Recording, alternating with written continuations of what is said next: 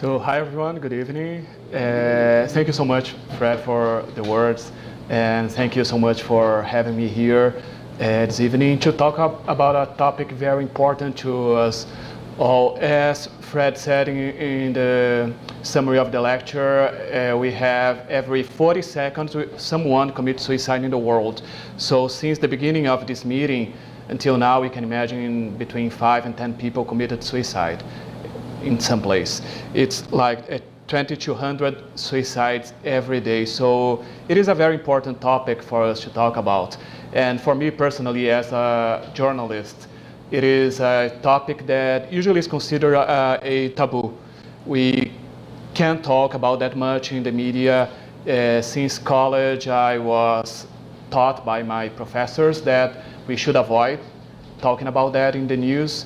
And when I moved here to the US to work as a reporter here for a Brazilian TV station, I tried sometimes to do some stories, some segments about this topic. Especially I remember once that there was a research showing that the veterans are one of the populations here in America that commit suicide the most. And I wanted to show that to the Brazilian audience, how important it is to have this help to the veterans and why does it happen. But the answer that I heard from my editor was, we don't talk about suicide, so we can't show that.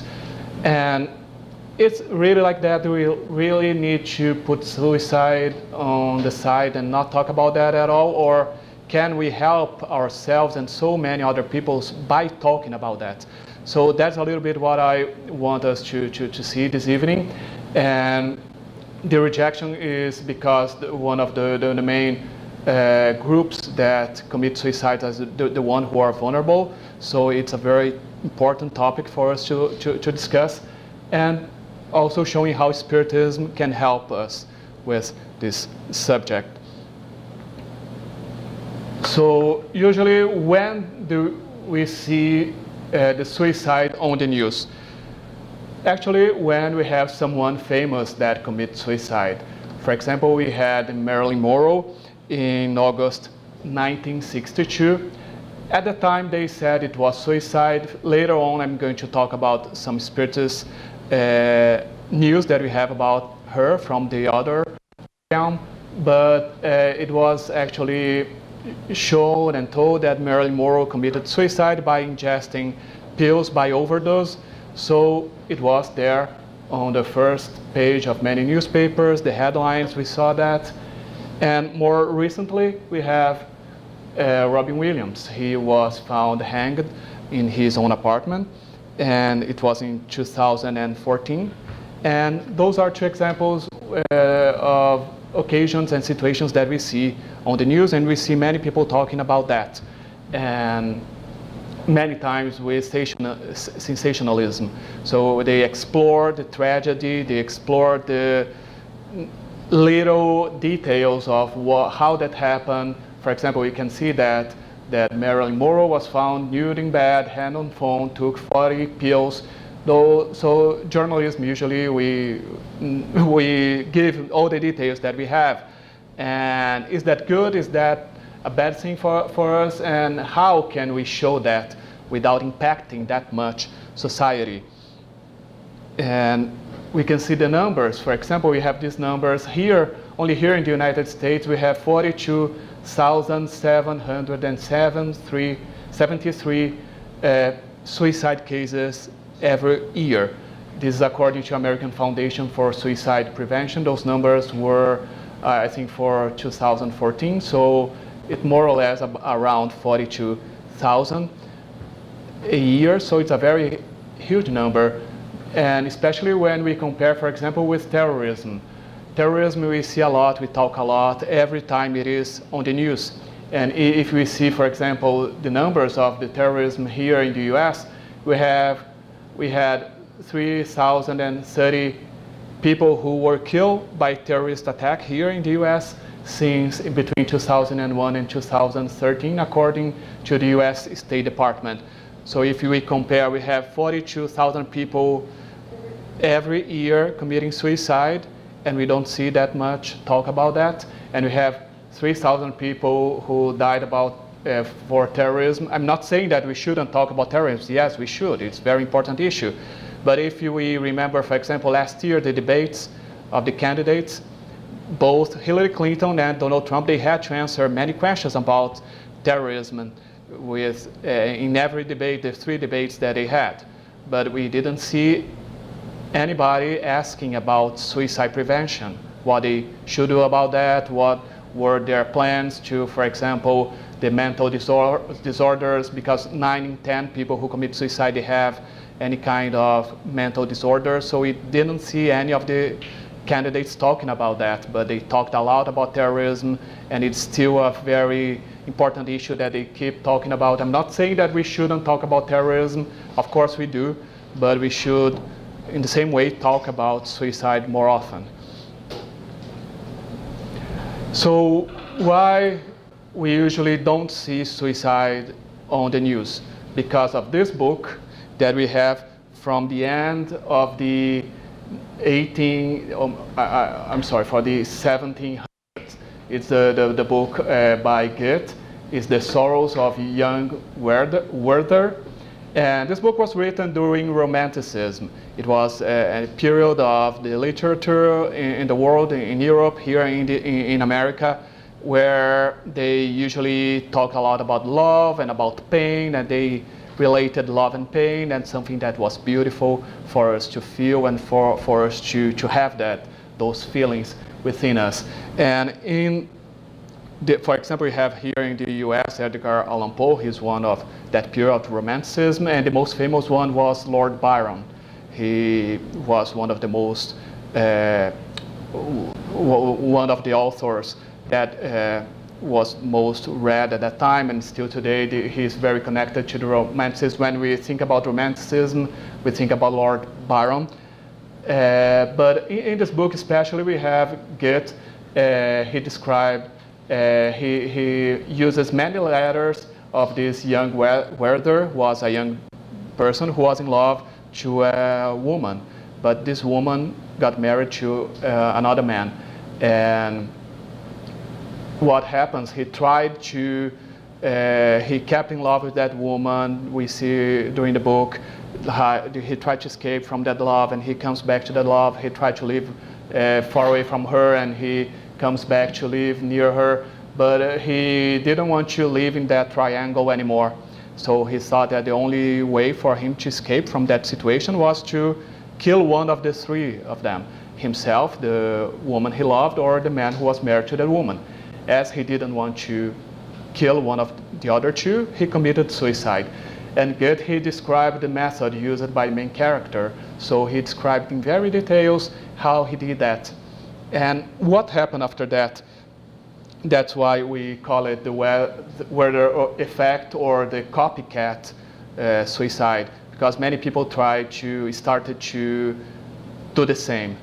We had many people around Europe over the next years, over the next decades. They used to read the book, and they were suffering the same thing as the main character, and they committed suicide using the same method.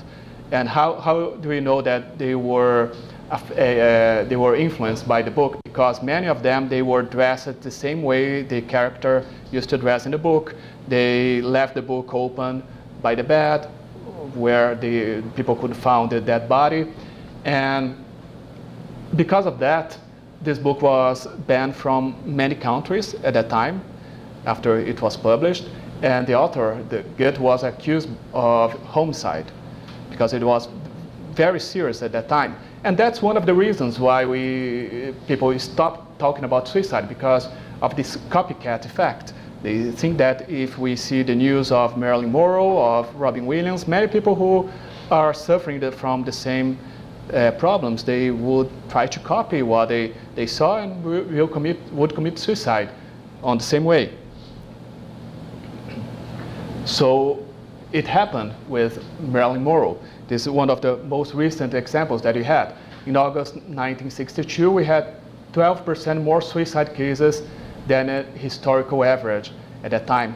So many people saw that, Many people saw her example and thought it was a good example, good thing to do. They committed suicide or they took pills and it happens. And we have a research from the 1980s in University of California where they found that usually after one of those cases of suicide, when it's those many publicized cases, usually it raises the suicide rates by 2%. But when we have someone famous, like Marilyn Monroe, usually it's a little more, 7%, but we can see that in her case it was 12%. And what I said earlier about Marilyn Monroe, because we have in the book Estante da Vida, Shelf of Life, by the irmão X, brother X. He is Humberto de Campos, a Brazilian journalist who lived in Brazil in the late 1800s, early 1900s, and after he discarnated, he started to channel some books through Chico Xavier. And in one of these books, he interviewed so many people, many famous people in the spirit realm. So in this book, he has an interview with Marilyn Monroe in the cemetery when he was buried, and he asked if she did commit suicide or not, and she said that she didn't. But what the news told at the time, she actually said that not everything that you read on the news is what actually happens, because she was taking pills. She said that she just wanted to sleep, and she being under depression, and so she took some pills that day. She wasn't feeling well. She thought she only took like 1 or 2 pills, and she took, like we saw 40 pills, and then she ended up dying. And when the lady who worked to her walked to her room to wake her up, she, as a spirit, she woke up, and then she saw herself, she saw her body. She didn't know what was happening, and she saw so many obsessors there with her, because as she was under this depression, there were many obsessors connected to her. So it was of that's the stories that we have from the other side. So it wasn't actually suicide, but not a direct suicide, but we can say that by her, the way she lived her life, she ended up like dying like that. And since the 19th century, so we have many experts who ask journalists not to talk about suicide, like it's being a forbidden subject.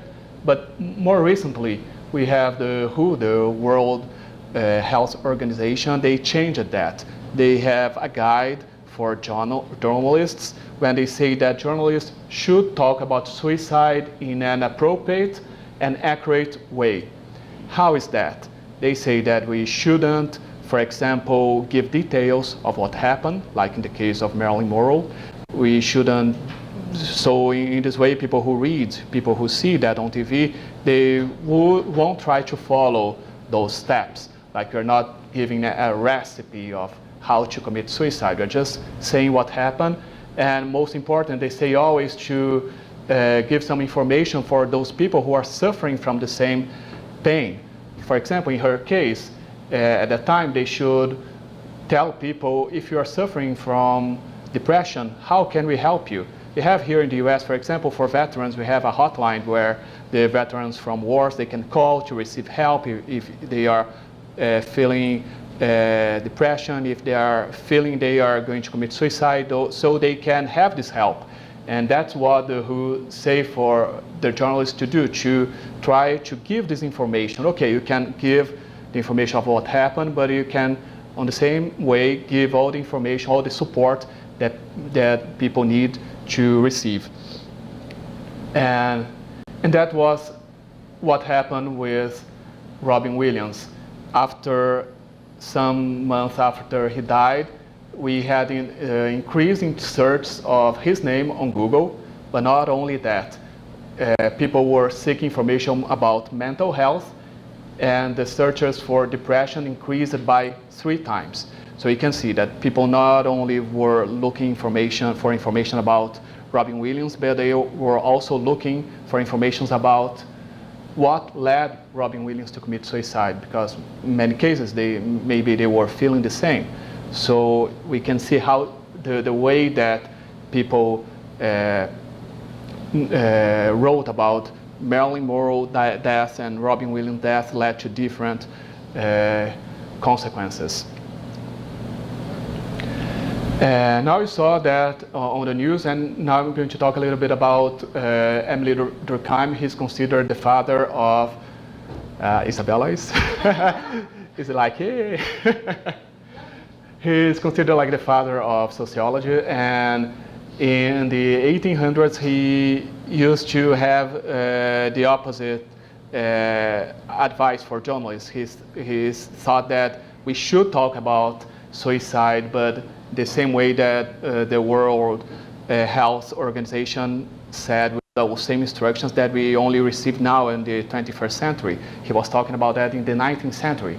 And Emily Durkheim, he gave in this book, Suicide, a Study in Sociology.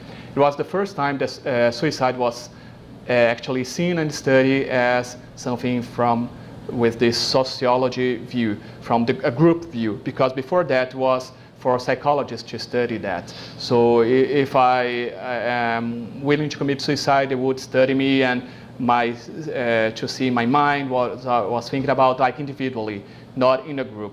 But Emily Durkheim, he saw that in many cases we could have this pattern in some groups, and so he studied the suicide amongst the Catholic and the Presbyterian churches. The two churches he studied, and so he got these 4 types of suicide. The first one is the anomic suicide. The anomic suicide is the suicide that happened when we got a very great stress moment in society. For example, is what happened here in 1929 when we got the Great Depression. The stock market, they fell a lot. Many people lost their money. We couldn't have jobs, foods. So we had an increase of the suicide rates in that year because of that, because it was like a collective stress. And we have the fatalistic suicide. This is the one that happened when we got people under tight regulation. One of the examples was during slavery. We had people, they didn't have the freedom. They used to spend their whole life as slaves. They suffered a lot. Humiliation and physical sufferings. They didn't see any other way to escape from that situation. So one of the solutions, let's say that they see is committing suicide. The same thing still happens today with people who are in jail. That's why in jails we always see that they can't have the shoelaces, they can't have belts, because they can't have anything around that may help them to commit suicide. The third one we have is the altruistic suicide. This one happens when people commit suicide because of a cause, because they're following a group, they want to be involved to that group. One example that we could give is with the suicide bombs that we have in terrorist attacks. They are doing that for a cause. They think for example, if I do that, I'm going to help my people, I'm going to go to heaven, and many other things may have. So they are in this group. And also a new one that I just get to know this week, Isha and Daniela, they told me about that on Sunday after we said that I was going to give this lecture, is something new that many teenagers are doing in Europe, I think here in the US already. It's called the Blue Whale Group. They follow this group, and it's like many challenges. They have like 50 challenges. It starts like with some simple challenge. I need to cut my arm as a whale, so I need to like draw a whale, but with a knife cutting my arm. I need to take a picture and to show that to the group on social media. And many challenges, and the last challenge will be to put your own life in risk or commit suicide. So yeah, and they are asked to film that and to put that on social media. So it's like something in a group that they do in a group. Very, very tragic. And the last one is the egoistic suicide. That's the one that we are going to talk more in this lecture, because that's the one, the kind of suicide that happens when people are feeling rejected, when they are feeling that they don't belong to a group, they are feeling like they are lonely, and there's no one around them who can help, so they end committing suicide. So let's talk about rejection and suicide. According to the WHO, the World Health Organization, the suicide rates are higher among vulnerable groups as refugees, indigenous people, lesbian, gay, bisexual, transgender, intersex persons, and prisoners. So we have this research here in the US with the Youth Risk Behavior Study. They asked many teenagers here in the US if they had this thought of committing suicide in the previous 12 months. And nationwide, 9% of the teenagers, they said they had that thought. So almost 1 in every 10 teenagers, they thought about committing suicide, about killing themselves. If we see a more narrow group, the Hispanic female, we have 15% of them that they thought about committing suicide. And if we see the Native American, it is 16%. And the Native American is not only among teenagers, but usually among the entire population. They are the populational group who have the higher rates of suicide, not only here in the US, in Brazil, it is also the same that happens. So they are the ones who have the higher rates of suicide. Now, one of the groups that it happens the most, unfortunately, is the transgender. And imagine someone who is a man but feel like a woman, or feel a little boy who feels, look at the mirror, see a boy, but inside of him he feels like he's a girl. It's very difficult, of course, not being recognized. That if I reject myself, imagine the society, how I think that society can accept if I don't accept myself. So this is one of the groups that with the higher rates of rejection also. And the City University of New York, they interviewed 3,500 adults from 50 states, and they saw that the risk for attempting suicide is 3.5 times higher when they are rejected by their family. In this case, many of them, they were, for example, a couple, and the man later on in the marriage, he decided to accept who he was, and so he started and he tells that to the wife, and the wife rejects, doesn't allow him to see the kids, or many times the parents don't accept that, and the way they kill them the most is by self-medication. So many times you can see, it must be like Marilyn Monroe. She was thinking that she was actually taking some pills that could help her, but actually it didn't. And with the transgender group, that happens the most. But now I'd like to ask a question for you. If, in your opinion, does it hurt to feel rejection? Let's each one of us bring to our memories one episode of rejections that we have since we were a kid until today. And what are the emotions, what are the feelings, how do we feel when we are rejected? How do you think that happened? Like you don't belong. But that feeling, do you think that hurt also as a physical pain? And it does. The American Psychological Association, they say that's not different from the pain of a physical injury. And the University of California, they had this research when they saw that social rejection, it activates the same brain regions involved in physical pain. So anytime we are rejected, we actually feel that pain, and then pain, we have that wound, within ourselves, and many times it took many years to heal that wound.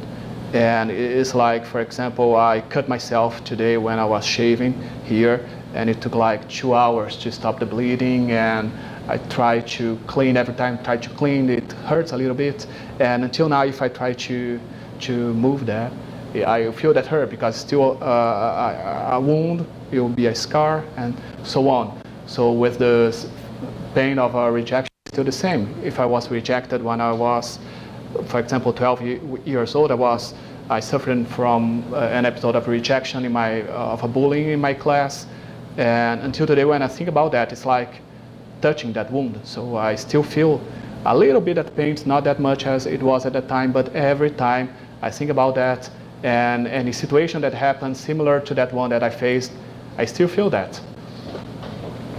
And the Purdue University, they try a very interesting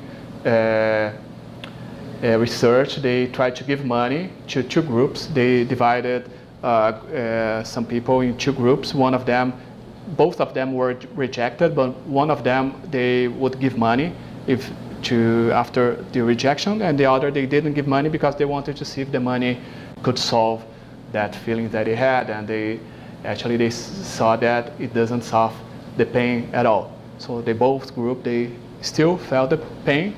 One of them had the money, but both of them had the pain in their brains.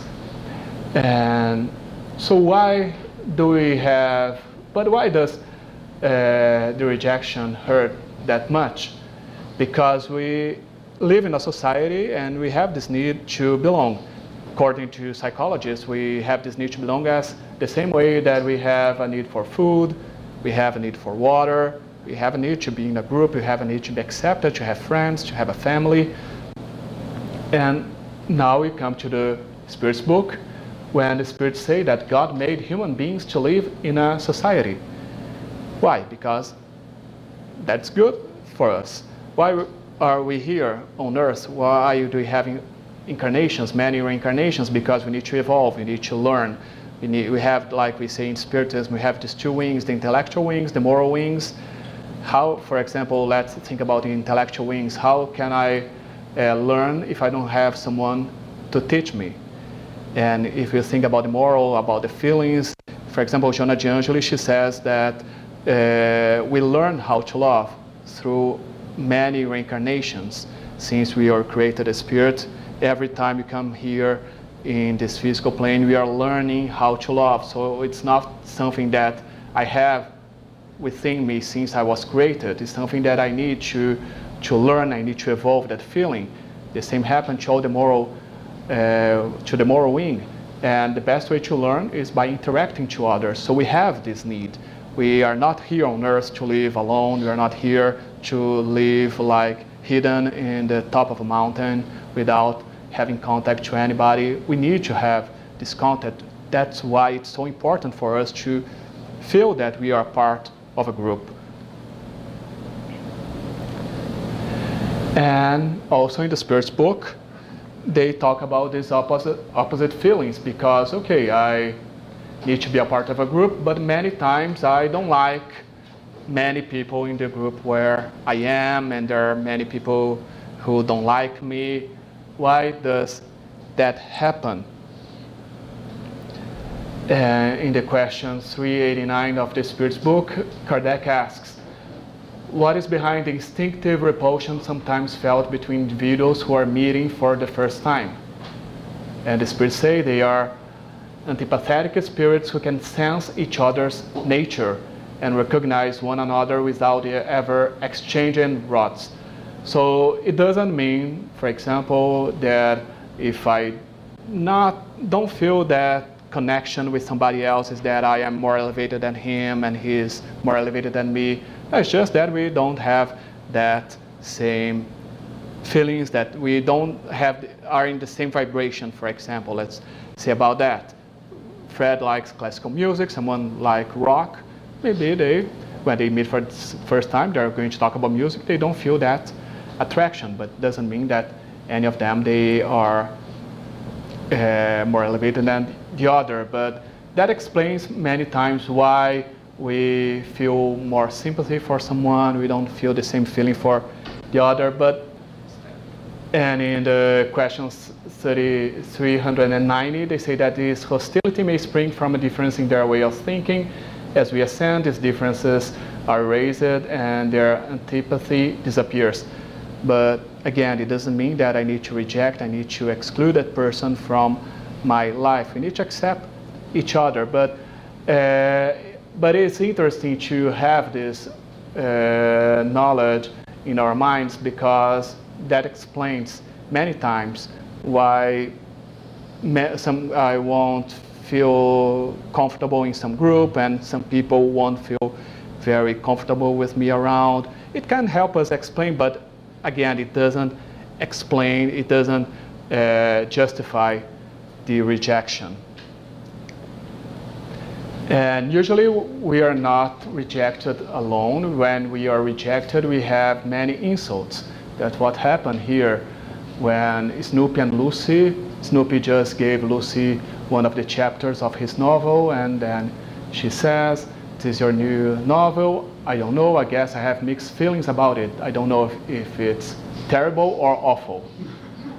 So many times this is like a combo that we have. We are rejected and we receive this criticism. There actually are more insults than criticism.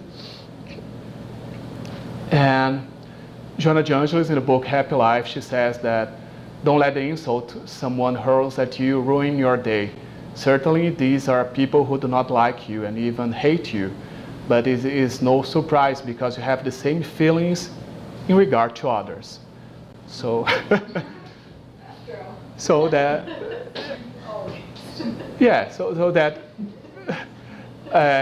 came to my mind. Okay, I suffered from bullying when I was at school, but I also wasn't that kind little boy all the time. Many times I insulted some people, I said something that I shouldn't have said. So it's like we are not nice all the time. We are here learning. So, but the most important thing here is that we don't need to let that ruin our day. And it's very important today that we have social media. We were saying previously about that blue whale challenging social media. So social media can be something used for bad things like that, but you also can use social media to connect to many other people around the world that feel the same way as we feel. We can have that feeling of belonging to a group, belonging to a place through social media. So today we have more and more the technology can help us to overcome our difficulties and help us also to be connected to people that think the same way as we do, and that people that no matter if it's next door or in another country, that can help us to overcome any difficult situations that we have. And Joanna also says there is plenty of kind people around you, so it's not right to waste time on those who constitute an exception on your path. Leave all the offenses on the floor of forgetfulness in the direction of the love that waits you. So let's see those people as an exception in our past. We don't need to be like attached to those people. Okay, we are rejected, it hurts, it's difficult, but I don't need to spend my whole life thinking about that rejection. I don't need to spend my next incarnations thinking about what happened like in the 1st, 2nd century when I was like in the Middle Ages. No, we need to overcome, we need to put that on the side and move on. And eventually the other people will do the same. And eventually, as we know, we are all evolving, no matter what. One day, we will be better persons, and we will overcome that. We will have the chance to be connected again. And now I wanted to show you these two images. One is the life of Pi, the other one is gravity.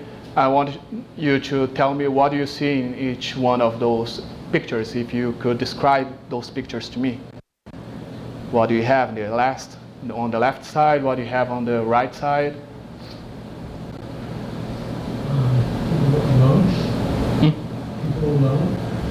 No, just what you see, where they are and what are they doing. Yeah, we have there on the ocean. Here, Sandra Bullock, she's on space. And then we actually have behind the scenes how that happened. You can see they are actually in a studio in Hollywood. So the question here is, why do we believe in what people say about us? Why do we believe in what people tell us? If we can watch a movie knowing that it's not reality, knowing that everything that we see there was recorded in a studio, why, when someone insults us, when someone criticizes us, we have that tendency to believe in what people is saying? Why do we have the tendency to believe that we are many times are not good enough, that we are the ones who need to change everything about us? And because it's not all the times that people are right. And now we have in the Gospel according to Spiritism to say about suffering well or suffering badly. So Lacordaire, he says that everyone on earth suffers, whether upon the throne or upon straw, but alas, few suffer well. Few understand that only trials that are borne well can lead them to the kingdom of God. And prayer is a support for the soul, but it's not enough. It must be based on a living faith in God's goodness. God does not put heavy burdens on weak shoulders. The burden is proportional to the strength, just as the reward is proportional to the resignation and courage. So let's just make some comments about those two. Yes, we have sufferings. We are here in the world of trial and expiation. We will be one day in the world of regeneration. We are not there yet. So we are here to learn. But does that mean that we really need to suffer, or we can have the chance to see all those difficulties that we have in life as lessons that we have to learn and to overcome and to become better persons? Because as we see, okay, everybody suffer. We are here to suffer, but that doesn't mean that I will be like the poor me. Okay, I need to suffer, so let me sit down, lay down on the bed and suffer all the time because that's what God wants me to do. No, He doesn't want us to suffer. He wants us to evolve, to become better persons, and we need to take all those situations that happen around us to try to see the best side of them. One example that I'm going to say, we have in the book, for example, the Saint Francis, in the book Francisco de Assis, O Sol da Terra. No, Francisco, o Sol de Assis, I'm sorry. Francisco, o Sol de Assis by Divaldo Franco. They explain one of the passages of Saint Francis when he was suffering a lot. He was in bed, laying in bed. He was like moments, some hours before discarnating, and he wrote one of his most beautiful prayers at that time. So Divaldo says how beautiful it is that he took a moment of suffering to write something so beautiful. And so Francis of Assisi, he could use that suffering to see something beauty around him all the time. And he also said here from the Gospel according to Spiritism, blessed are those who have the opportunity to test their faith, perseverance, and submission to God's will, for they will receive 100 times the joy they lacked on earth, and after labor will come the repose. So here from the book Search, and you will find Buscas e Acharás from Emmanuel and André Luiz. They say that we need to accept the difficulties because the teachings will allow us to acquire more experiences. And one of the situations that Emmanuel tells us in this book is for the problems that we have at work. For example, when we receive some criticism at work, we can actually use that to become a better worker. Of course, it depends on the way. Many times it's not what people say, but the way people say. Many people don't know how to tell something to us in a way that can be better for us to elevate ourselves, to rethink the way we are acting. But we can use, even though those insults, we can use that for self-reflections and to try to learn something about that. Even if it is, I won't do the same to others. And they also say that to improve ourselves, we need to know ourselves and accept ourselves. So here we can come again to the example of the transgender. Imagine a little boy who looks at the mirror and sees a little boy, but inside he feels that he is a little girl. He needs to understand who he actually is. He needs to feel who he actually is, and then he can accept himself the way he is.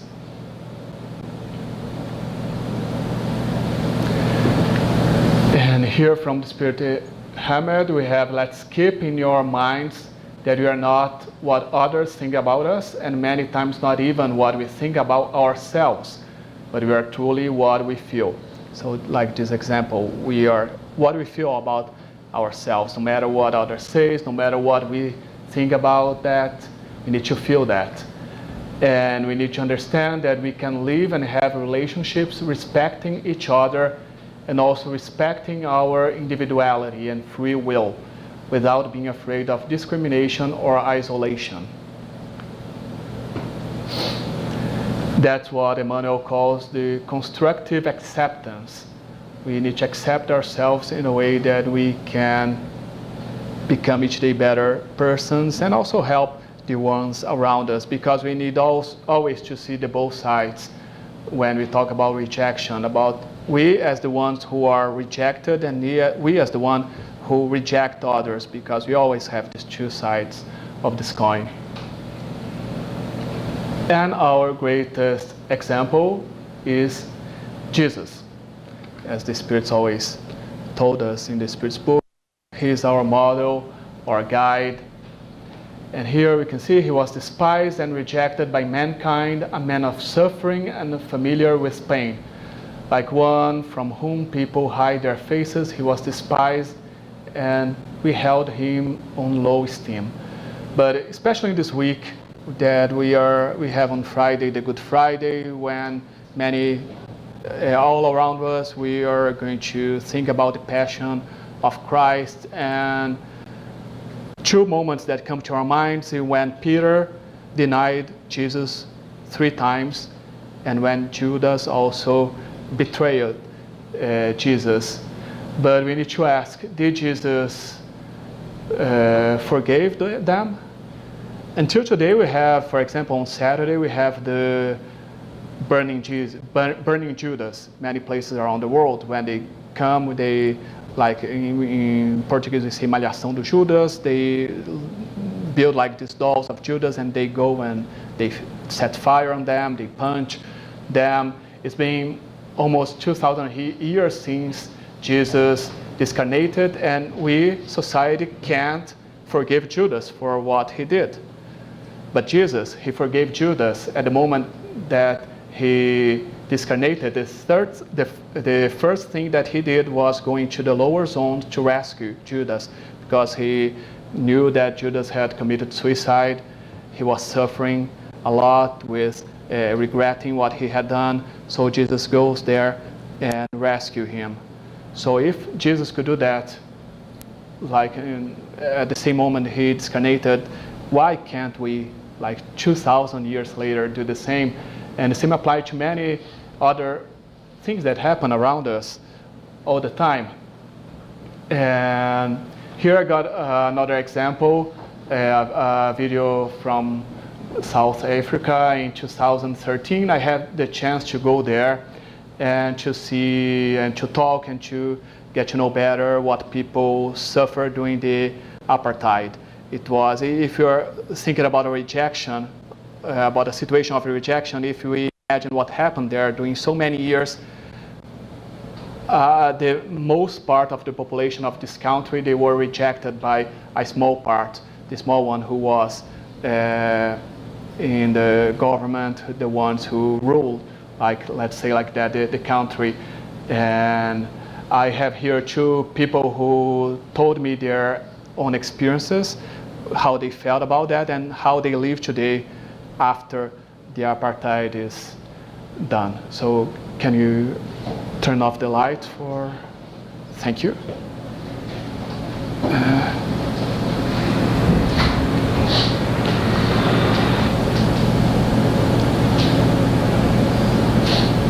Lesikakubuza amabhunu abelungu ukwahlukana kukhona ngoba besi kubanjwa abantu abamnyama ukuthi bafunde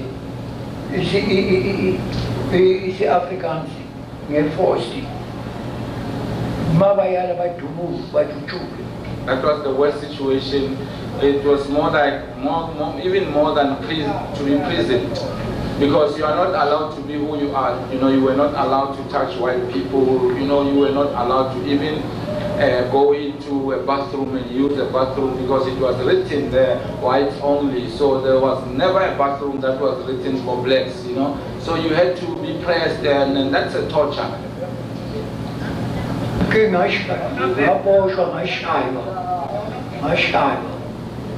Ngikuthi mabathola ukuthi mina ngowa-ANC bangithathele yindlu bangikhoshise emsebenzi kwa-8 and then ngize ngitholakala la ngikhona, and then bathi mina ngihamba ne-ANC. If both of you decide to live together and hold hands and be allowed to be you, both of you, then we become better people and we can heal the world. Ukuthi mina into enkulu abelungu sabafuna ziningi izinto ezifuna ukuzifunda kubelungu.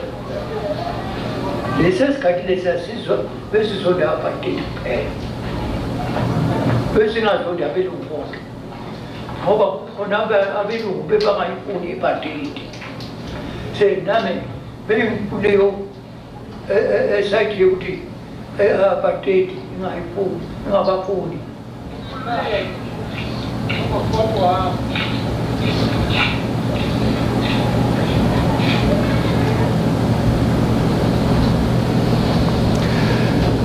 So I was impressed when he said that he loves white people, he wants to be friend with white people, because he suffered a lot during so many years, and I didn't see any hatred in his eyes, in his way of talking. So this is a living example of forgiving our enemies, and that's exactly what I want to talk about. Love your enemies. On Sunday we've been seeing this topic, I think for the last 2 months we've been studying that. And because when we think about that, like in the book, The Gospel According to Spiritism, they say that if love toward one's neighbor is the principle of charity, loving one's enemy is its sublime application, for such a virtue is one of the greatest victories attainable over selfishness and pride. So as we are here in this year talking about charity here in the Enlightenment, it's like one of the greatest example of charity is to love our enemies. But they explain about that because, for example, on this Sunday we were discussing this topic and Kellen said, but that doesn't mean that I invite my enemies to have dinner with me at my home. Yeah, it doesn't mean that. When Jesus told us to love our enemies, he wasn't saying that we need to have the same feelings for the one who hurt us, the same way as I have for a family member, for someone who I love. So they explain that. However, there is usually a misunderstanding as to the meaning of the word love in this context. Jesus did not mean by these words that one must have for one's enemy the tenderness that one would have for a brother, sister, or friend. It means holding neither hatred, rancor, nor desire for vengeance against them. It means forgiving them unconditionally and without ulterior motives for the evil they have caused us. So if we think about rejection and about overcoming that, one of the most important topics is to forgive the one who rejected us and to love. Okay, we're not loving the same way we love a brother or sister, but just sending good vibrations, not sending hatred, or at least not wishing them bad things. If I just close my mouth, close my thoughts, and don't send any kind of vibration to those person, it will be the first step. But in the future, of course, we will be able to actually truly love them. But when they say love our enemies, we are actually talking about that, about the way that we can change, like Jesus said, when you're hurting one cheek, give the other cheek. This other cheek is love, is showing that we won't keep that circle of rejection, that circle of hatred. We can stop that. It's up to us to stop. We don't need to wait for the others to stop that. Each one of us can stop that circle by ourselves.